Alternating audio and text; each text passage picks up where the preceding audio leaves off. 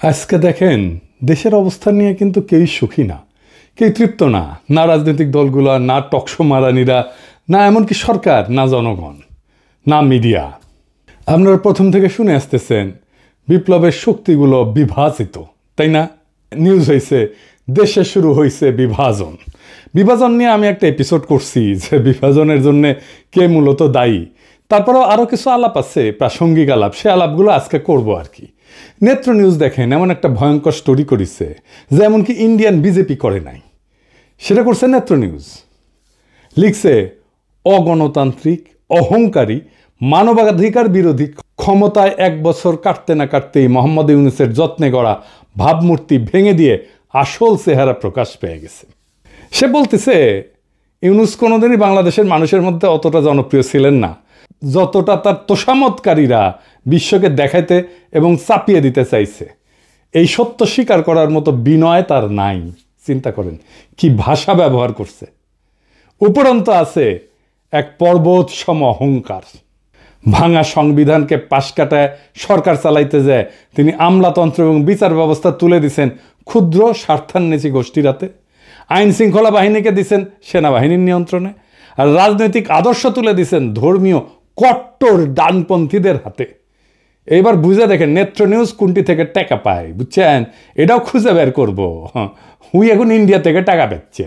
যাই হোক, আর বেশি আগাই না, কারণ ওক নিয়ে তো আর একটা এপিসোড করিচ্ছি, তাই না? হ্যাঁ, কিন্তু এটা গুরুত্বপূর্ণ যে নেত্র নিউজ এইরকম একটা নিউজ করেছে।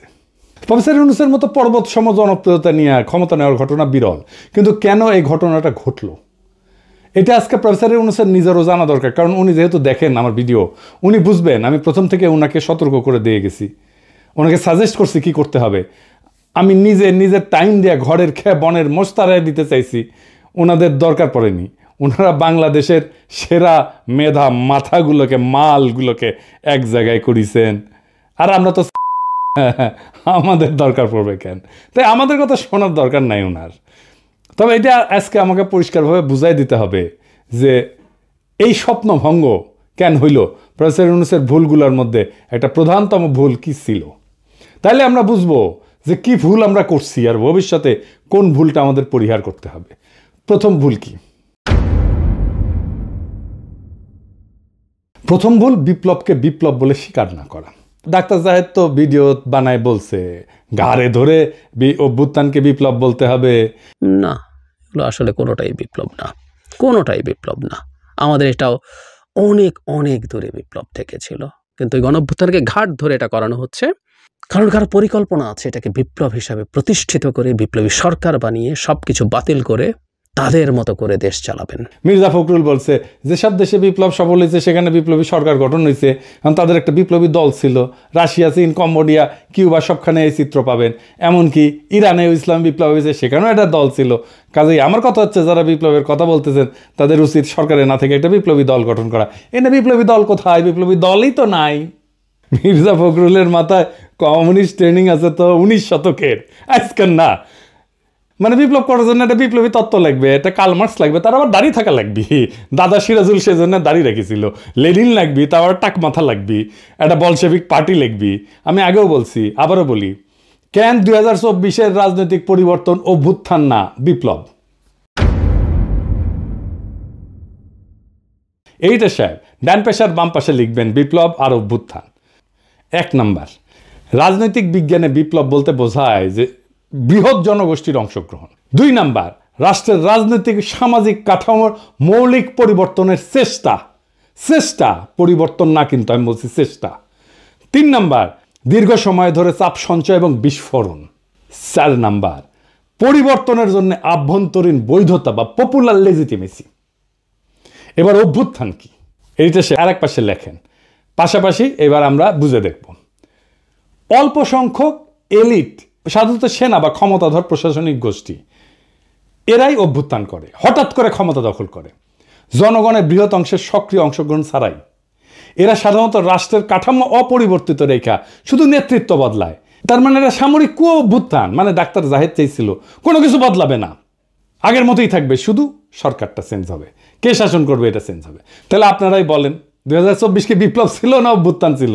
এটা বিপ্লব ছিল, কোনোভাবেই এটা অভ্যুত্থান না। তাহলে প্রশ্ন হলো এত বড় বড় বিদ্বান প্রাজ্ঞ লোকদের এই বিপ্লবকে চিনতে পারলো না কেন, স্বীকার কেন করলো না? কারণ ওদের বুদ্ধি বেশি, আক্কেল কম। আসেন আমরা একটু বুঝে দেখি যে বিপ্লব এখন কেমন করে হয় এই 19 শতকের চিন্তা ছাড়াও। 19 শতকের মতো বিপ্লবী তত্ত্ব, বিপ্লবী দল বা বিপ্লবী নেতা দিয়া, একটা কেন্দ্র দিয়া আজকাল বিপ্লব হয় না। আজ হয় বিপ্লব কেন্দ্রহীন, কেন্দ্র ছাড়া, সেন্টার থাকে না। বহু নোট বিপ্লব, নোট এডিটর সাহেব নোটগুলো দেখান একটু, অনেকগুলা নোট। আমরা 2024-এর নোটগুলো দেখি, ধরেন একটা গোল গোল করে দেখাবেন, বিএনপি নোট, জামাত নোট, বৈষম্য বিরোধী ছাত্র আন্দোলন নোট, ছাত্র শিবির নোট, ছাত্র দল নোট, অন্যান্য রাজনৈতিক দল নোট, প্রবাসী diaspora note, YouTuber note, social media note, remittance যোদ্ধা নোট, রিক্সাওয়ালা নোট, কিশোর গ্যাং নোট, বিশ্ববিদ্যালয় ছাত্র নোট, দোকানদার নোট, ক্ষুদ্র ব্যবসায়ী নোট, শহুরে দরিদ্র লোক নোট, শ্রমিক নোট। এখন এই নোটগুলো কি দিয়ে যুক্ত ছিল সোশ্যাল মিডিয়া দিয়ে, ইন্টারনেট দিয়ে। এডিটর সাহেব একটা নোটের সাথে আর একটা নোটের ইন্টারনেটের যোগ করে দেন, তাহলে সবাই বুঝবে। এই সবগুলো যখন একসাথে হয় তখন এটা একটা বিশাল শক্তি হয়। কিন্তু একটা আলাদা নোট শক্তিহীন। এখানে কোনো কেন্দ্রীয় নেতৃত্ব নাই, কোনো একক সদর দপ্তর নাই, কমান্ড স্ট্রাকচার নাই। আন্দোলনের শক্তি আসে বহু ছড়ায় থাকা এরকম নোট বা কেন্দ্র থেকে। নোটগুলোর মধ্যে সীমিত বা শূন্য সমন্বয় থাকে, তবুও তারা একই লক্ষ্যে একই দিকে ধাবিত হয়। এই ধরনের বিপ্লবকে বিভিন্ন একাডেমিক ধারা বা ক্ষেত্র থেকে বিভিন্ন নামে বর্ণনা করা হয়। কি কি আসেন আমরা সেটা বুঝে দেখি। এটাকে যেমন বলা হয় ডিসেন্ট্রালাইজ রেভলিউশন বা লিডারলেস রেভলিউশন, মানে কোনো কেন্দ্রীয় কমান্ড বা স্ট্রাকচার নাই, প্রত্যেকটা গ্রুপ বা নোড নিজের মতো করে কাজ করে। 2 নম্বর এটাকে বলা হয় নেটওয়ার্ক রেভলিউশন, মানে তথ্য প্রযুক্তি বা সামাজিক মাধ্যম যুগে ব্যবহৃত শব্দ। এইটা Manuel castle owner network of outrage and hope এই বইয়ে উনি আরব বসন্তের মতো আন্দোলনকে এইভাবে বর্ণনা করছিলেন। এটাকে সোয়ার্ম মুভমেন্টও বলা হয় বা সোয়ার্ম ইন্টেলিজেন্স পলিটিক্সও বলা হয়। মানে ধরেন পিঁপড়া বা মৌমাছি যেরকম ঝাঁকবদ্ধ প্রাণী থাকে না, এদের আচরণ থেকে নেওয়া ধারণা অনেক ছোট ছোট ইউনিট একসাথে একটা বড় পরিবর্তন ঘটায় দেয়, কেন্দ্রীয় কোনো মস্তিষ্ক ছাড়াই। এটাকে আরও বলা হয় সেলফ অর্গানাইজিং রেভলিউশন। এটাকে সিস্টেম থিওরি বা কমপ্লেক্সিটি স্টাডিজে এই ধারণা ব্যবহার করা হয়। সমন্বয় ছাড়াই অনেকগুলো সত্তা নিজে থেকে একই দিকে মুভ করে। এটার আরেকটা টার্মিনোলজি আছে, পলিসেন্ট্রিক আপরাইজিং, মানে রাজনৈতিক বিজ্ঞান এবং অর্থনৈতিক প্রশাসন তত্ত্বে ব্যবহৃত একাধিক কেন্দ্র যাদের মধ্যে সমন্বয় দুর্বল বা নাই, কিন্তু প্রত্যেকে একই ধরনের পরিবর্তনের দিকে আগাচ্ছে। ইতিহাসে কি এর উদাহরণ আছে? আসেন দেখি। 1848 সালে ইউরোপে বিপ্লব হয়েছিল অনেকগুলো দেশে একসাথে, আলাদা আলাদা ইস্যুতে। প্রায় সমন্বয় ছাড়াই বিদ্রোহ শুরু হয়। ফ্রান্সে হয়, জার্মানিতে হয়, অস্ট্রিয়াতে হয়, ইটালিতে হয়। এইগুলোর আর বিস্তারিতে গেলাম না, কারণ এই বিস্তারিতে যাওয়ার আমাদের দরকারও নাই। কিন্তু এইরকম বিপ্লব হয়েছিল আর কি, সেটা জানা থাকা ভালো। আরব বসন্ত এরকম একটা মুভমেন্ট ছিল। তিউনিসিয়া থেকে শুরু হইয়া মিশর, ইয়েমেন, লিবিয়া, সিরিয়া প্রত্যেকটা দেশে স্বতন্ত্রভাবে আন্দোলন ছড়াই গেছে। পোল্যান্ডের সলিডারিটি মুভমেন্টের প্রথম ধাপ, যেটা 1980 সালে হয়েছিল, যে গদালফ শিপইয়ার্ডের ধর্মঘট হয়েছিল না, ওইখান থেকে শুরু হইয়া দেশের বিভিন্ন শহরে স্বাধীনভাবে ছড়াই পড়ছিল। ইরানে একটা কনস্টিটিউশনাল রেভলিউশন হয়েছিল 1905 সালে। 1905 থেকে 11 সাল পর্যন্ত 6 বছর ব্যাপী। ভৌগোলিকভাবে বিচ্ছিন্ন শহরগুলোতে বিদ্রোহ হয়েছিল, কিন্তু কেন্দ্রীয় নেতৃত্ব ছিল না। এই ফর্মের, এই যেটা বললাম, এই ফর্মের পজিটিভ দিক কি? এটা কিন্তু পজিটিভ দিক আছে। কি কি? 1 নম্বরে এটা দমন করা যায় না। এক জায়গায় দমন করলে অন্য জায়গায় আন্দোলন চলতে থাকে। 24-এ তাই হয়েছে আমাদের বাংলাদেশে। ঢাকা বিশ্ববিদ্যালয় দমন করছে, প্রাইভেট বিশ্ববিদ্যালয়ে আন্দোলন শুরু হয়েছে। 2 নম্বর, এটা বৃহৎ অংশগ্রহণ হয়। বিভিন্ন গোষ্ঠী তাদের নিজস্ব কারণে জড়ায়, ফলে ভিন্ন মত থাকলেও সম্মিলিত চাপ তৈরি হয়। 3 নম্বর, কেন্দ্রীয় নেতৃত্বকে কিনে ফেলা যায়। আমরা দেখতেছি না, এটা কিনে ফেলা যায়। টাকার কাছে বিক্রি হয়ে যায়, ভয়ের কাছে নত হয়। কোনো একক নেতা নাই যে শত্রুর কাছে আত্মসমর্পণ করবে, সেই জন্য এখানে আত্মসমর্পণ করে না। নাহিদেরা তো ডিবি অফিসে হারুনের ওইখানে গিয়ে চাপে পড়ে আন্দোলন প্রত্যাহার করছিল, তাই না? আন্দোলন থামে নাই। এবং এইটা কি, এটা সৃজনশীল হয় এবং এটার অভিযোজন ক্ষমতা থাকে। বিভিন্ন নোট বিভিন্ন কৌশল ব্যবহার করে।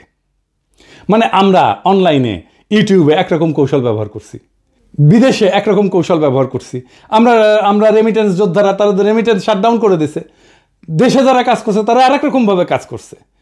এটার কিছু নেগেটিভ দিক আছে আবার। কি দীর্ঘমেয়াদে ক্ষমতা দখল এবং রূপান্তরের সমস্যা। বিপ্লবের পরে কে নেতৃত্ব দেবে, কিভাবে রাষ্ট্র পরিচালিত হবে, এতে বিভ্রান্তি এবং ক্ষমতার লড়াই শুরু হয়। তাই হয়েছে না? হ্যাঁ, মানে এটা নিয়ে ধরেন এই সরকার কেন ভুল করতেছে এটা বলতে নিয়ে প্রথম দিকে বলতাম, হ্যাঁ, তো তখন আইসা বলতো যে আপনি উপদেষ্টা হইতে পারেন নাই, সেই জন্য এটা বলতেছেন, বলাই বন্ধ করে দিছিলাম সেই জন্যে। তো যাই হোক, এখন তো আর ওই চান্স নাই, এখন আর বলা শুরু করি আবার যে ভুলগুলো কি ছিল। এখন বলতে পারেন যে এখন বলতেছেন, তখন বলেন না কেন, এখন বলতেছেন, এখন বলে লাভ কি, তখন বললে তো কিছু উপকার করাতে। শোনেন ভাই, কিছু লোক আছে যারা এসে বারবার করে এই কথাটা বলতো যে আপনি উপদেষ্টা হইতে পারেন নাই, সেজন্য এটা বলিচ্ছেন, বলতো না? আপনারা নিজেরাই বলেন। তো তার চেয়ে কি দরকার এই গ্যাঞ্জামের মধ্যে ঢুকে লাভ আছে? আচ্ছা, আর কি সহজে এটা বিভক্ত হয়ে যায়, সমন্বয় না থাকলে আদর্শিক সংঘাত হয় এবং প্রতিযোগিতা বাড়ে। দেখতেছেন না, বিএনপি শিবির, ছাত্রদল ছাত্র শিবিরের আদর্শিক সংঘাত হচ্ছে না? 3 নাম্বার, বাইরের শক্তির ম্যানিপুলেশন সহজে, তারা খুব সহজেই এটাকে ম্যানিপুলেট করতে পারে। সমন্বয়হীন গ্রুপগুলা আলাদা আলাদা চুক্তিতে বিক্রি হয়ে যাইতে পারে বিদেশি শক্তির কাছে। ইন্ডিয়া নানা অ্যাঙ্গেল থেকে আমাদের মধ্যে ঢুকে যাচ্ছে না, একবার ওয়াকার, একবার বিএনপি, একবার বাম, একবার পন্দের আলো, একবার দিল্লি স্টার, একবার দেবপ্রিয়, একবার ইসকন মিলে এবার। হ্যাঁ। 4 নাম্বার, ন্যারেটিভ গঠনের দুর্বলতা, কেন্দ্রীয় বয়ান বা একক বার্তা না থাকায় আন্তর্জাতিক এবং আভ্যন্তরীণ সমর্থন এটা অগোছালো হয়ে যায়। তাই হয়েছে, আমরা চেষ্টা করছি ন্যারেটিভ তৈরিতে, কিন্তু আমরা তো সরকার না, আমরা তো সরকারের বাইরের শক্তি। এই 2024-এর বাংলাদেশের বর্ষা বিপ্লব এই আন্দোলনের প্রক্রিয়া, বৈশিষ্ট্য এবং মডেলের সাথে একেবারে খাপে খাপ মমতাজের বাপের মতো মিলে যায়, তাই না? কেন্দ্রীয় নেতৃত্বের অনুপস্থিতি, এই আন্দোলন কোনো এক নেতা বা কোনো দলের হাতে ছিল না, সবাই নিজের মতো করে যাচ্ছে। বহু নোটের সক্রিয়তায় আন্দোলনের শক্তি আসছে শহর, গ্রাম, শ্রমিক, ছাত্র, প্রবাসী সমর্থন, সোশ্যাল মিডিয়া, সব জায়গা থেকে। কিছু যোগাযোগ কারো কারোর মধ্যে ছিল, কিন্তু পুরোপুরি কমান্ড সেন্স ছিল না। আমাদের একমাত্র যোগাযোগ ছিল সোশ্যাল মিডিয়া। এই জন্যই পলক ইন্টারনেট বন্ধ করে দেয়, আমাদের নোটগুলার ইন্টার কানেকশন বন্ধ হয়ে যায় এবং আন্দোলনও কিন্তু বন্ধ হয়ে গেছিল। এই বিপ্লবের প্রতিরোধ ক্ষমতা ছিল অসাধারণ। সরকার এক জায়গায় দমন করলে অন্য জায়গায় আন্দোলন জ্বলে উঠছে। ঢাকা বিশ্ববিদ্যালয়কে দমন করছে, প্রাইভেট বিশ্ববিদ্যালয়ে ফুসে উঠেছে। নোডাল আন্দোলনের এটাই চরিত্র, কেন্দ্র ছাড়া আন্দোলনের এটাই চরিত্র। তবে ফলাফলের সীমাবদ্ধতা স্পষ্ট আমাদের, তাই না? ক্ষমতা দখলের পরে পরবর্তী রূপকল্প নির্ধারণে অস্পষ্টতা ছিল, ফলে পুরানো রাজনৈতিক শক্তি এবং বাইরের কূটনৈতিক প্রভাব দ্রুত জায়গা দখল করে ফেলছে। ঐক্যবদ্ধ বয়ান তৈরি না হয়, আন্তর্জাতিক সমর্থন এটা কমে গেছে। একাডেমিকভাবে 2024 সালের বাংলাদেশের বিপ্লবকে যদি বলতে হয়, এটা পলিসেন্ট্রিক, লিডারলেস, নেটওয়ার্ক আপরাইজিং বলা যায়। মানে বহুকেন্দ্রিক, নেতাবিহীন, সংযুক্ত একটা বিপ্লব বলা যায়, যেখানে বহু নোট সমন্বয়হীনভাবে একই লক্ষ্য অর্জনে কাজ করছে। তো এখন এই শফিকের মনে হয়েছে এই লড়াইয়ের একজন মাস্টার মাইন্ড তো লাগবেই, কারণ বিপ্লবের তো একটা নেতা লাগে, একজন কার্ল মার্কস লাগে যার দাড়ি থাকে। হ্যাঁ, মাহফুজেরও দাড়ি আছে একটু, তখন ছিল, তো বানিয়ে দিছে মাস্টার মাইন্ড। প্রফেসর ইউনূস মনে করেছেন এটা ছাত্ররা করেছে, সবাই অন্ধের হাতি দেখছে, সমস্ত নোট কেউ দেখে নাই। সেই কারণেই এইটা হাসিনার দমন প্রতিরোধে অসাধারণ সাফল্য দেখালো, বিপ্লবের পরে রাজনৈতিক ক্রিস্টালাইজেশন এইটা গঠন আর করতে পারে নাই, অসম্ভব দুর্বল হয়ে পড়ছে। এখন প্রশ্ন হচ্ছে এই দুর্বলতা কিভাবে কাটানো যেত? জি না, আমি বিপ্লবী সরকারের কথা বলবো না, এটা বলাটা এখন টাইম নষ্ট। এই লড়াইয়ের যে নোটগুলো ছিল, সেই নোটগুলোর মধ্যে আবার সংযোগ তৈরি করতে হতো, তাহলেই এটা একটা নিউরাল নেটওয়ার্কের মতো কাজ করতো। আপনারা জানেন তো যে আমাদের মাথার মধ্যে বিভিন্ন ব্রেনের সেল আছে এবং এই সেলগুলো একটার সাথে একটা কানেক্ট করতে পারে, এবং সেই কারণে আমার মস্তিষ্কে প্রত্যেকটা সেল সম্পূর্ণ, কিন্তু একজন আরেকজনের সাথে কানেক্ট করে, কথা বলে। সেজন্যই আমরা আমাদের এই বুদ্ধিমত্তা দাঁড়ায়।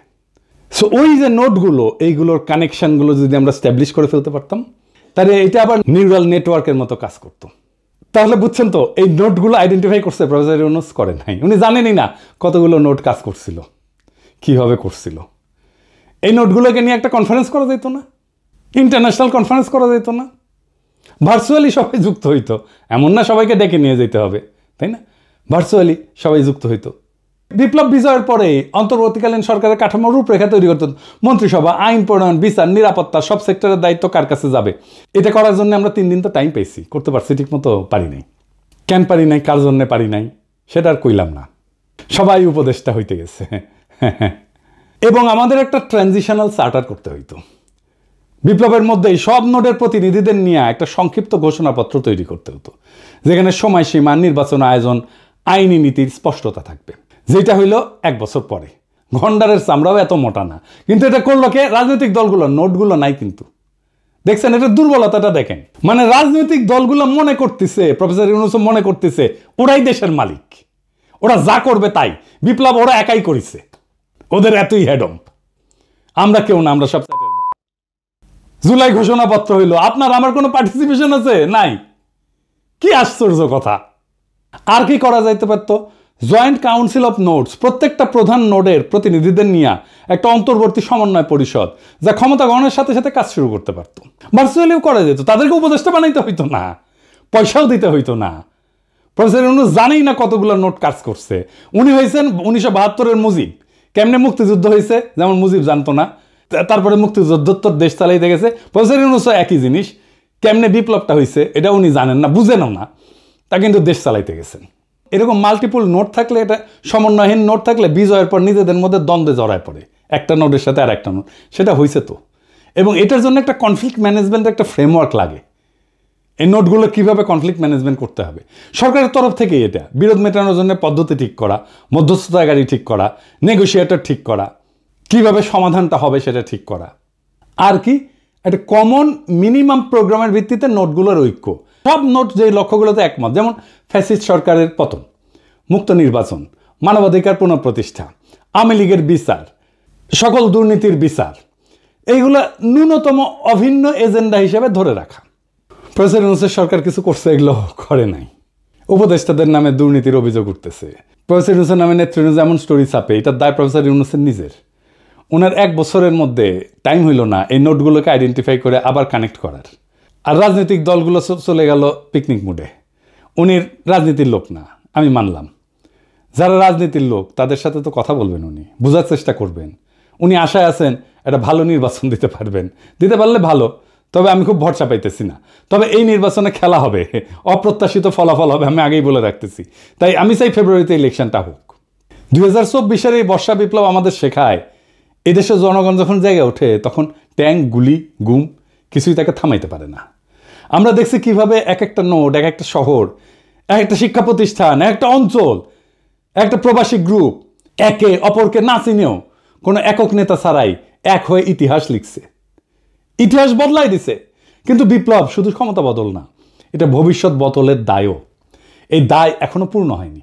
যারা ক্ষমতায় তারা যদি এই নোটগুলোকে পুনরায় সংযুক্ত না করে সাধারণ মানুষের বিশ্বাস ফিরায় না আনে, তবে এই বিপ্লবের শক্তি আবারও তাদের বিরুদ্ধে জেগে উঠবে, আরও ভয়ঙ্করভাবে, আরও সংগঠিতভাবে। আমরা ভুলে যাব না, বিপ্লবের আসল মালিক জনগণ, কোনো মাস্টার মাইন্ড না, কোনো ব্যক্তি না, কোনো দল না। আমরা হার মানব না, কারণ আমাদের হাতে এখনো আছে সেই ঐক্যের চাবি, যা একবার এই দেশকে ফ্যাসিবাদ থেকে মুক্ত করছে। ফেব্রুয়ারির নির্বাচন হোক আমাদের দ্বিতীয় ধাপ, যেখানে ভোট হবে শুধু ভোট না, হবে বিপ্লবের ধারাবাহিকতা, যেখানে ব্যালট বাক্স হবে জনগণের নতুন অস্ত্র, যেখানে জয় হবে শুধু এক দলের নয়, বাংলাদেশের। ইতিহাসের গতি থামানো যায় না। যারা থামাতে চাইছে তারা হারায় গেছে, আর যারা শিখছে তারা সংগঠিত হয়েছে, তাদের হাতেই থাকে বিজয়। বিপ্লব চলমান, এই বার্তা জানুক শত্রু, এই বার্তা জানুক মিত্র। ইনকিলাব জিন্দাবাদ।